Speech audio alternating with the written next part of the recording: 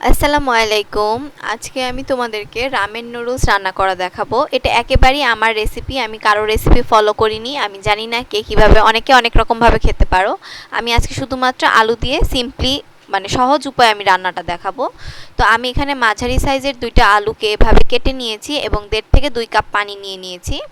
এর ভিতরে আমি শুধুমাত্র 1.5 থেকে 2 টেবিল চামচের মতো সাধারণ তেল, মানে রেগুলার তেল যেটা তোমরা রান্না ব্যবহার করো, এটা অ্যাড করব। আর সাথে সামান্য কিছু লবণ স্বাদ মতো দিয়ে নিব।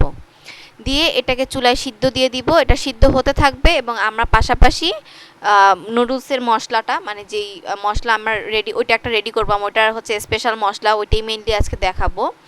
আর সাথে হচ্ছে তোমার অন্যান্য জিনিস আমরা একটু প্রস্তুত করে নিই। এই রেসিপিতে আর অন্য কিছু অ্যাড করব না। চাইলে তোমরা ডিম, মাছ, মাংস যে যেটা খাও অ্যাড করতে পারো, তোমাদের ইচ্ছা।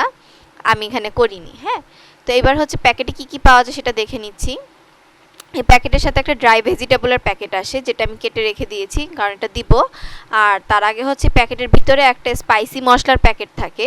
এই নুডলসের বৈশিষ্ট্য হচ্ছে এই নুডলসটা তুলনামূলকভাবে একটু মোটা হয়, অন্যান্য নুডলসের চেয়ে এটা একটু মোটা। এবার আলুগুলোকে আমি 70% সিদ্ধ করে নিব এবং 70% সিদ্ধ হয়ে গেলেই আমি ড্রাই ভেজিটেবল আর নুডলসটা দিয়ে নিব।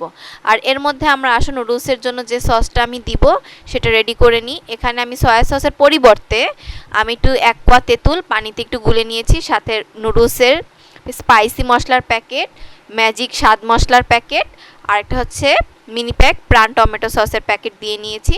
সাথে 1 চামচ চিনি অ্যাড করেছি আর একটু শুকনো মরিচ গুঁড়ো অ্যাড করেছি।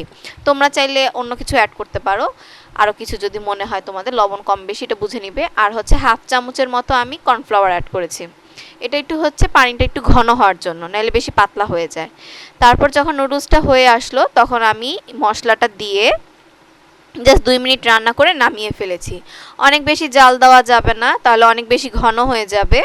তো আমি তোমাদেরকে দেখিয়ে দিচ্ছি কীরকম দেখতে হয়েছে। ধন্যবাদ।